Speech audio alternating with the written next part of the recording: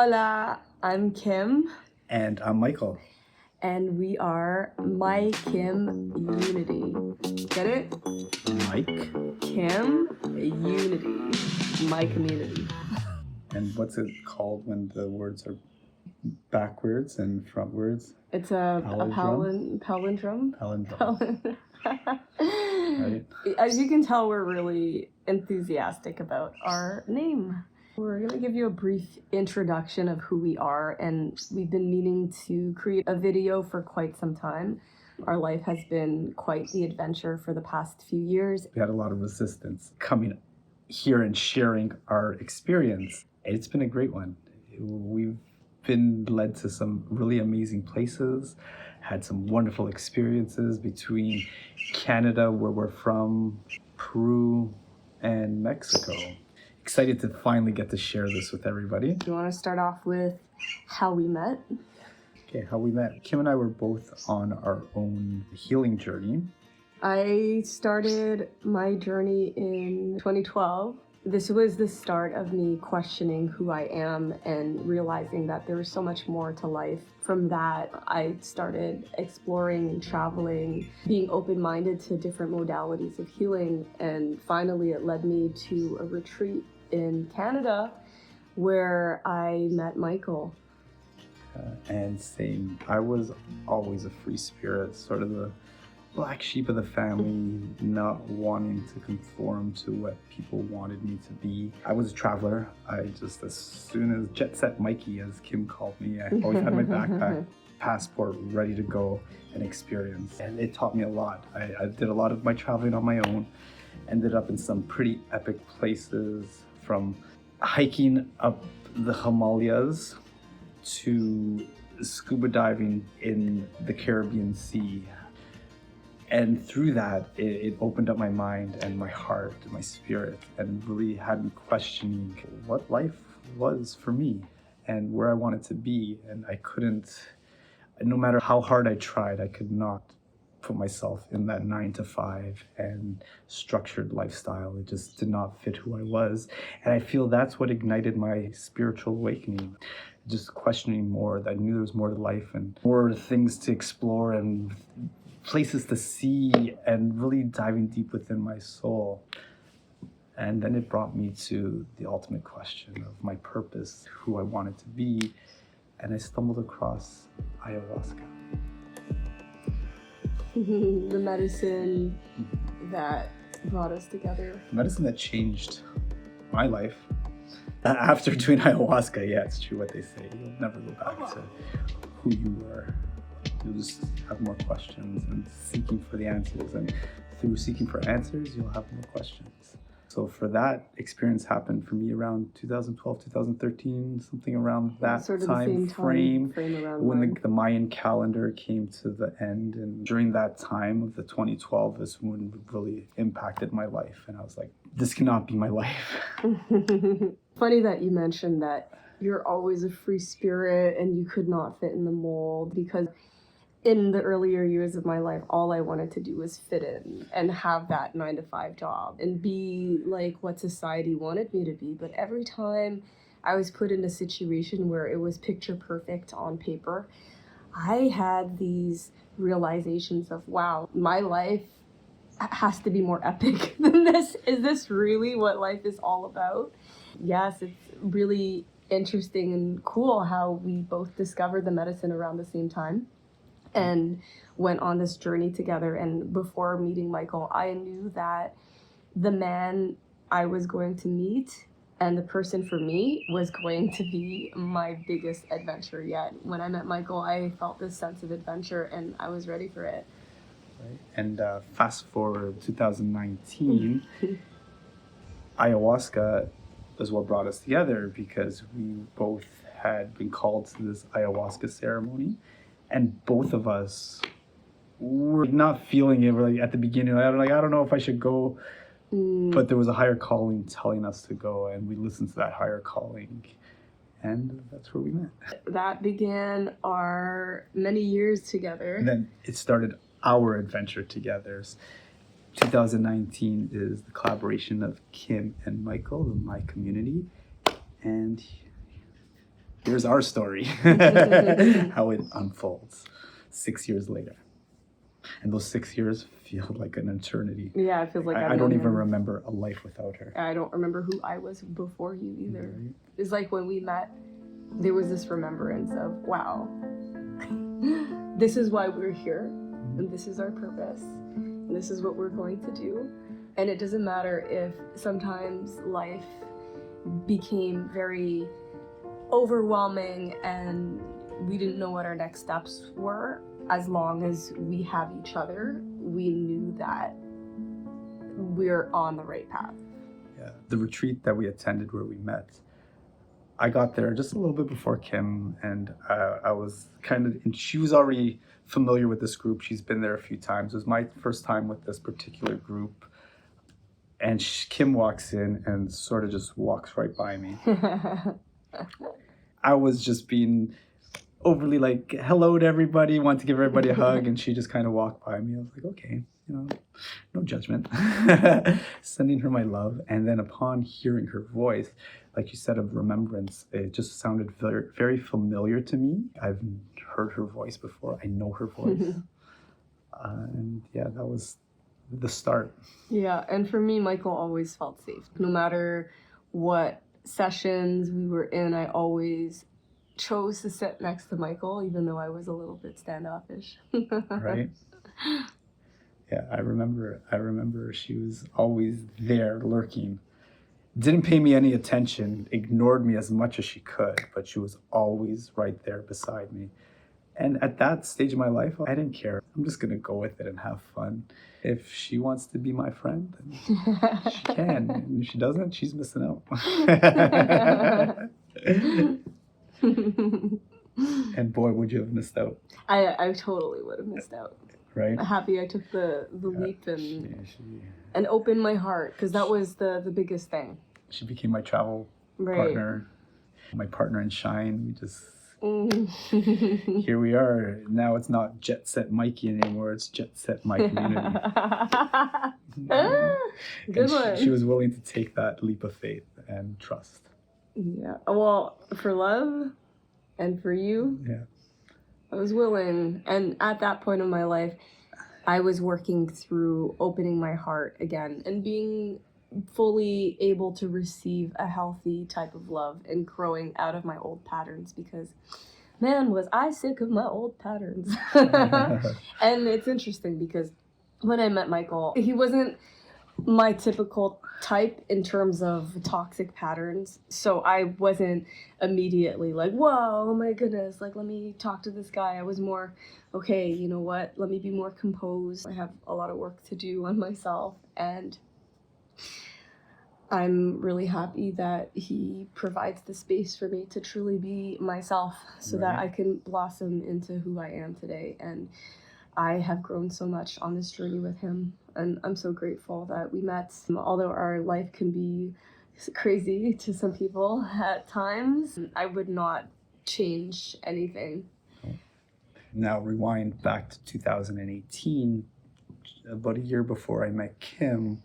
I was called on this grand epic adventure and did this caravan from Mexico, Cancun, all the way down to Tikal, and visited Mayan sacred sites and activating portals through the bufo of various medicine. One that really changed my life, opened me up to who I am right now. A lot of shedding of old ways of being, and really accepting the love that I was looking for. I was at that point in my life, I was actually okay with even being by myself. I was just so confident in who I was and what I wanted, and I wasn't going to settle for anything else than that. Another toxic person in my life. I did not want that. I'm having more fun with myself anyways. Ended up in Costa Rica, where I thought I was going to live, and got this calling to go back home. It was, now we're fast forwarding March 2019. So I had to go back home, only to move out of my apartment to find a new place, which was Pickering. I wanted to get rid of everything, not settle anymore.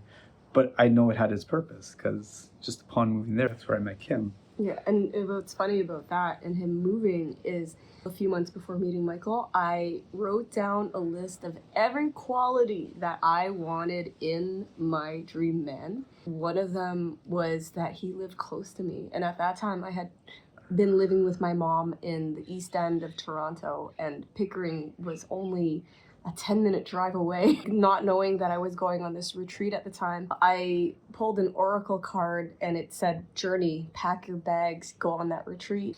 I almost didn't go, and when I pulled that card, it was like, "Go, you're getting closer to what you longed for and wish for, and you're ready to start your mission." So I listened to that call, and then I met Michael. After a month of meeting Michael, something clicked in my brain and made me realize, okay, let me go back to my manifestation list. I went through it, and Michael met 99%, 99% of everything that I had written on the list. And that 1% was something that I thought I had wanted, but it was part of my programming. I wanted a guy who was part of the schooling system. And what I learned, that's not me. Yeah, no, but what I learned through knowing Michael and from being in the schooling system for a while is that there's a lot of programming there that I had to unlearn to be able to truly trust the process. I'm glad that Michael is the person who I University of manifested. life. The University of Life. This is what I learned. There's a University of Life. You learn more experiencing than you'll ever learn within that four wall. I would say he's very street smart, and I'm very book smart, and together we make a really good team. And if you want to see it happen, write it down. That's law. From that, Michael took me to Peru. He searched these retreats in the jungle. Sorry to interrupt. Because upon that retreat was great. It brought us together. It was the magic that we were looking for. But for the medicine, I had experienced a little bit deeper within myself, visiting places like Peru. I was like, Kim, if you want to go deep within yourself, I'm ready to go to Peru. Do you want to come? We did. Within a few months, we booked our trip to Peru, where we got to meet ourselves in the astral, deeper than we've ever met ourselves before. And it was magic.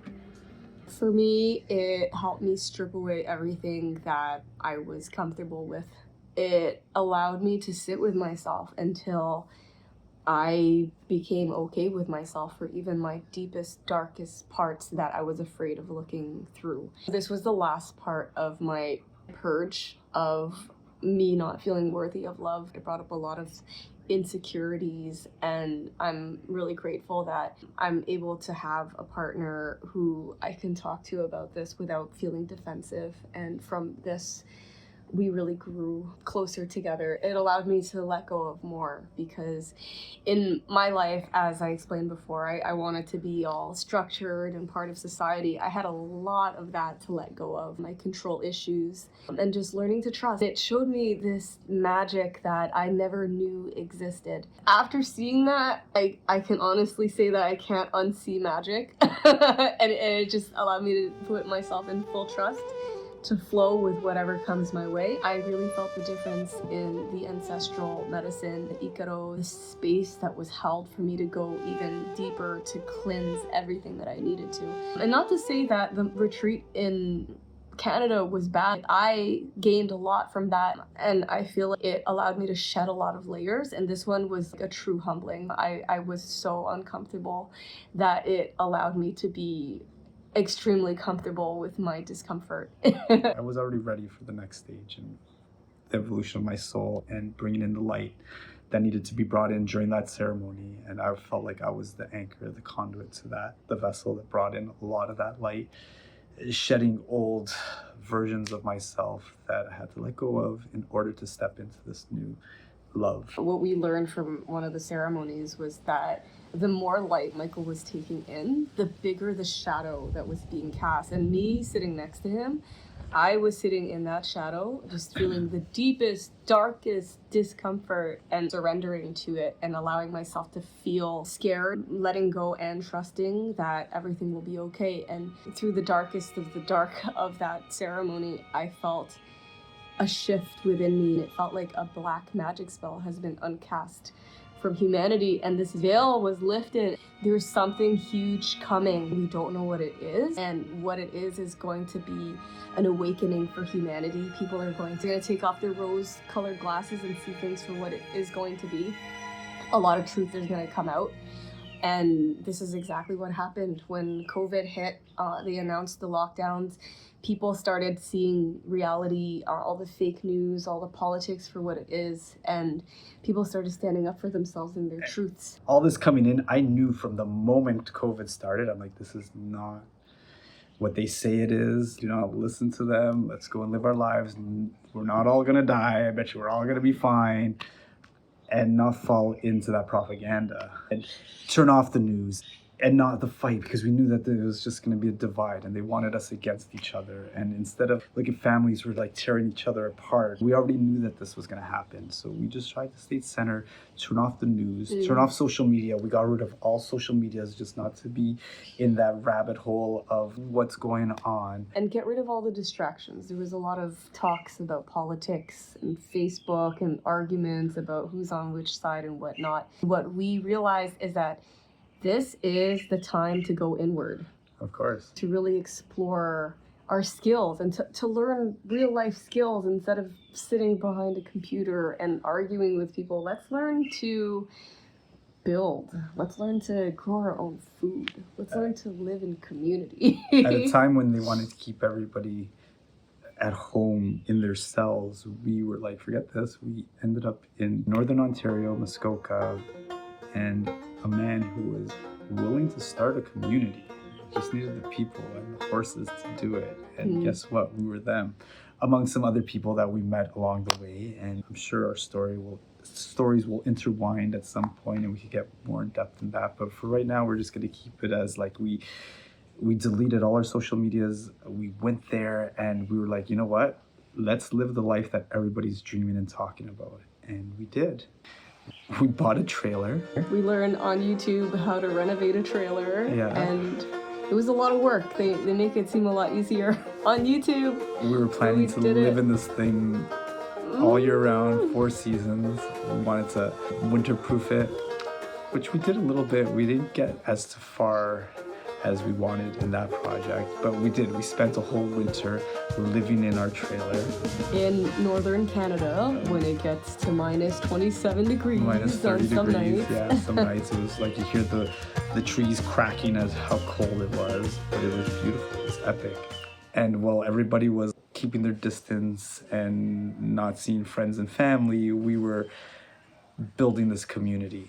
Yeah, and we had an opportunity to build a 96-foot greenhouse and grow enough food to feed 5 families. Yeah. And this was an opportunity of a lifetime. So Michael and I decided, okay, let's go live in this trailer and let go of our lease in Pickering, which was a home that was very dear to us. That's where we met. That's rose where we in love. rose in love together. We had lots of good memories there, and we decided to give it all up. And a rent that we would never find again for that price, because after that, everything just skyrocketed. Yeah. I told Kim, I go, no attachments. Let's not hold on to anything and see where it takes us. And that's kind of been like our whole philosophy. No matter how attached we close to something we are, we're just gonna let it go and see what the next step is. And so sometimes it very uncomfortable, and you feel like, why did we do that? But it always brings us somewhere epic. Magic takes place. Yeah, Living in flow.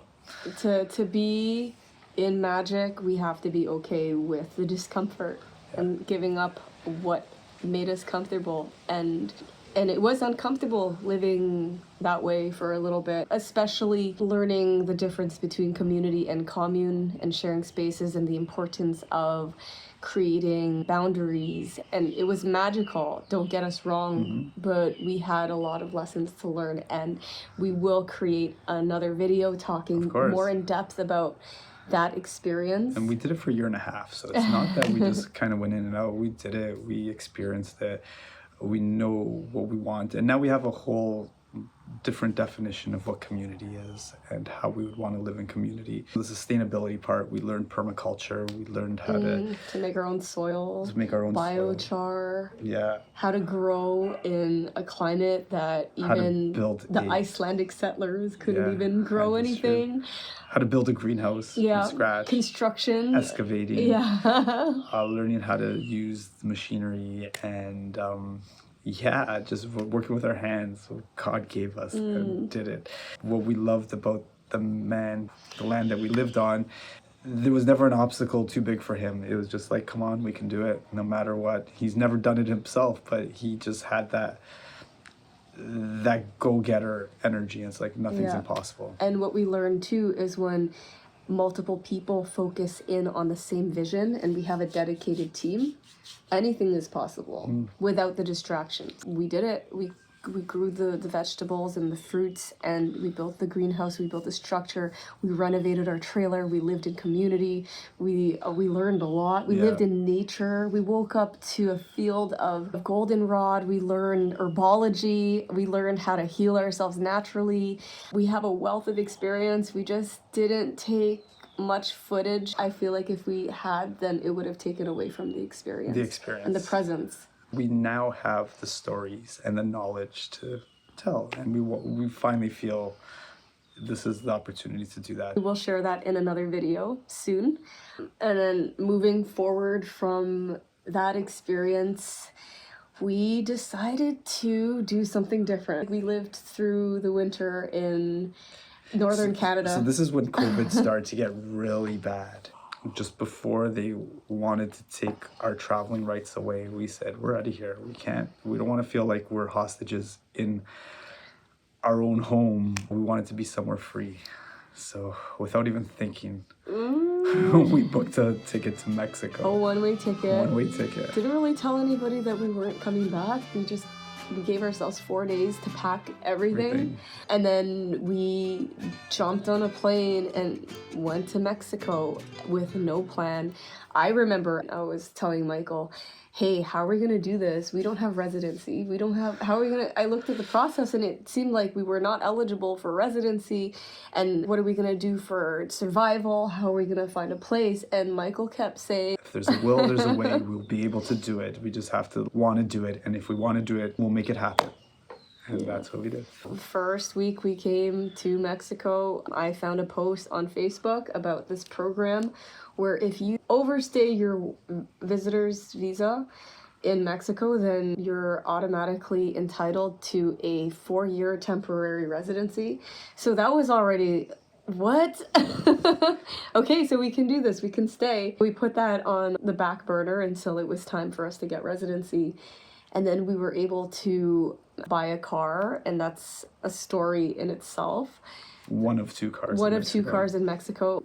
That was an adventure. It was an adventure in itself. We could do a whole series just on that. On that car. So what did we learn about buying a car in Mexico is to not cheap out. Yeah, don't cheap out. Don't think you're going to buy a $2,000 car and it's going to take you around Mexico without having its own adventure along the way. Yeah. Never do that again. Don't do that. No, I had to learn. Had some hard lessons with that car, but it kept us where we were. Yeah, and it taught us a lot. It taught us mechanics. It taught us to speak Spanish in a fast-tracked manner because we needed to. Yeah. We needed to communicate. It got us in sticky situations that we got out of, and it's funny to talk about now, but it wasn't funny at the time. It left us on the side of the road. Yeah. So many times, but each time had its own adventure.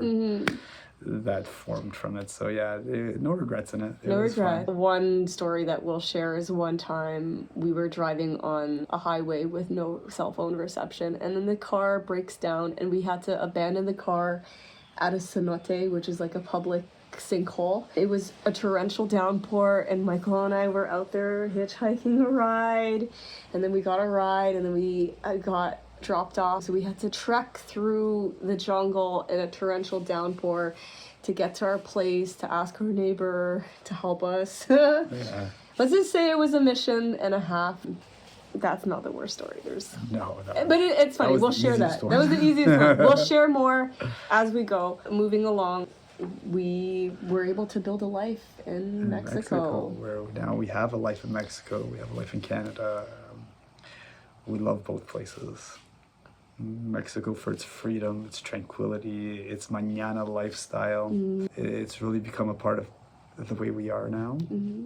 Living life. Like, look at this. Look at nature. You don't hear anything except for the roosters and the dogs barking. Sometimes you want to kill them, but you know. and this is Mexico in the jungle. We chose to live in a very secluded area in the jungle for almost 2 years. We chose that life because we wanted the nature. We wanted to be in tune with the elements, and we really lived based off of the astrological events, like the moons, the lunar events, and we were able to see so much magic from that. So we have a vision for this place. This place is magic in itself. We're just outside of Tulum, a little town called Macario Gomez. Where we lived in the jungle, it wasn't even on Google Maps at the time. The internet was pretty much like non-existent. And it was nice. It was a continuation of how we lived in Northern Ontario, but it also came with a lot of effort to maintain our life, and we weren't able to have a functioning car for a bit. So it was difficult in that way because you do need some type of transportation.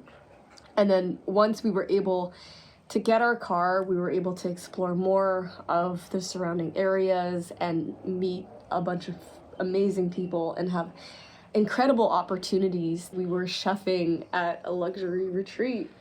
What else did we do? Like, we explored our talents. Thai massage in the jungle. I am certified in Thai massage, but Yeah.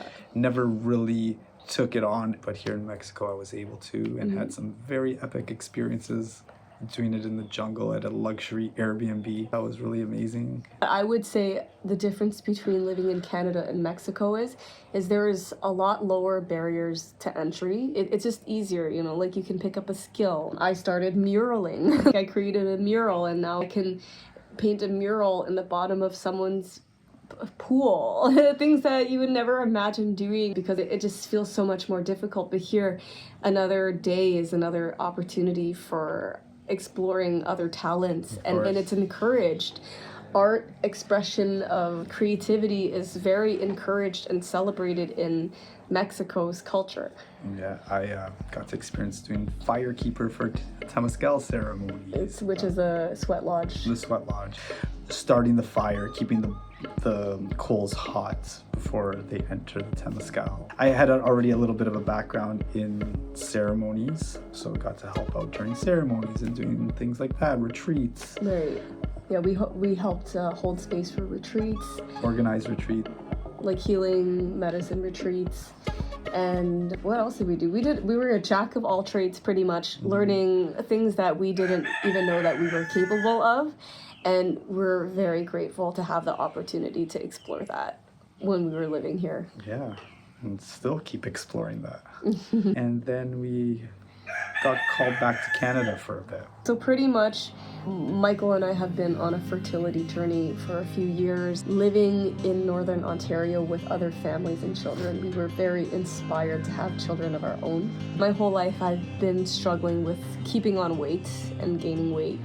And we unfortunately lost 2 babies. I had miscarriages, and this is going to be another video that I would very much like to share about the journey to us conceiving. And now I am 25 weeks pregnant. Almost 26.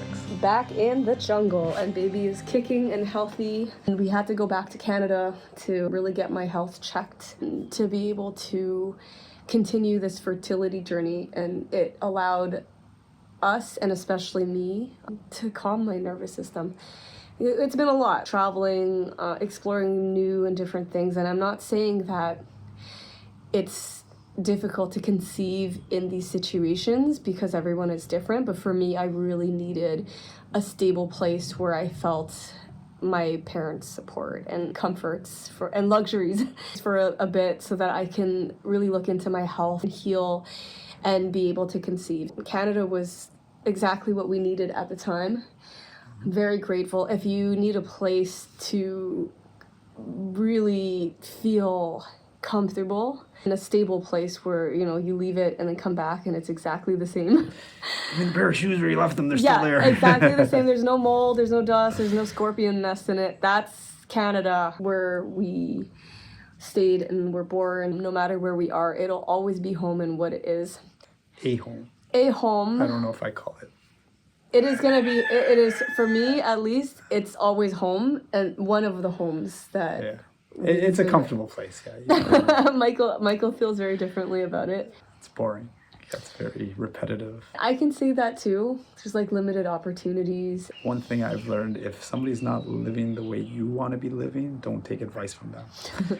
And it feels like everybody wants to be telling you how to live and not being it themselves. So I love Canada. Yeah, it's good for what it is. I find the problem is that it loses its novelty because there's so many conveniences that people, at some point, there's no more new experiences. In Mexico, it was not convenient for a lot of things, and we had to work for it. So everything was an adventure. Every day was an adventure. But in Canada, it's as simple as clicking a button on the computer and something will be delivered to your home. So it does get very mindless, repetitive. It loses its magic. I find it's good to have a good balance because there is such thing as living too much. Just like too much going on. Yeah, of course. Too much effort that you just want a space to calm and for it to be easy. And it's easy to the point where it's hard in Canada sometimes because it's just too easy. It loses its spark. So that's why we decided to go back to the jungle to have both. It just is. We have our support system. Yeah, of course. There's a lot of like family and friends there that, you know, we get the stuff that we need easily. People that have been in my life since I was born, so I would never throw that away for sure. I love you guys. Yeah, we love everybody. We love all the spaces that we've been in, and there are benefits to every place that we've been. Yeah. And for me personally, I feel the best balance is having a little bit of this, a little bit of that, to diversify our life experience. Yeah, of course. Keep things fresh, keep things new, and keep ourselves constantly learning and growing and meeting new people and enriching. It's good to have our a home experience. base too. Yes. One thing we realized. That is the most important. You don't want to be living out of a bag your whole life. It gets, I think that's what it was. You're used to more traveling, and Michael pretty much took me out of my comfort zone and brought me to these places. Now I'm moving all the time. It's like now we're packing. You have one day to pack, and I'm like, oh my goodness. I'm the type of person that the only time it's hard to pack is leaving Canada because you want to take everything. And I told her, don't, because you're only gonna be wearing the same thing over and over again. And it's true, we wear the same stuff every day. Just getting used to getting up and going. And for me, it gets too much at some point. I want to nest, you know, I want to just unpack and chill for a few months, relax and know that my stuff is there and what I need is available whenever I want it. I like both. Yeah, we do. We really balance each other out. Mm-hmm. Yeah, so like, subscribe. You want to hear more content, let us know. And we'll continue making these videos for our next adventure. The biggest adventure of our life. This one right over here. We have a lot to say about this journey as well. Thanks for tuning in to another episode of My Community Adventure Life. Please remember to like, subscribe, comment, and share. It helps us grow in a really big way, and we appreciate it a lot. It also inspires us to keep sharing our journey and adventures, from the amazing people we meet to the wonderful places we go and all the magical moments in between. Thank you for listening. My community, out. Peace.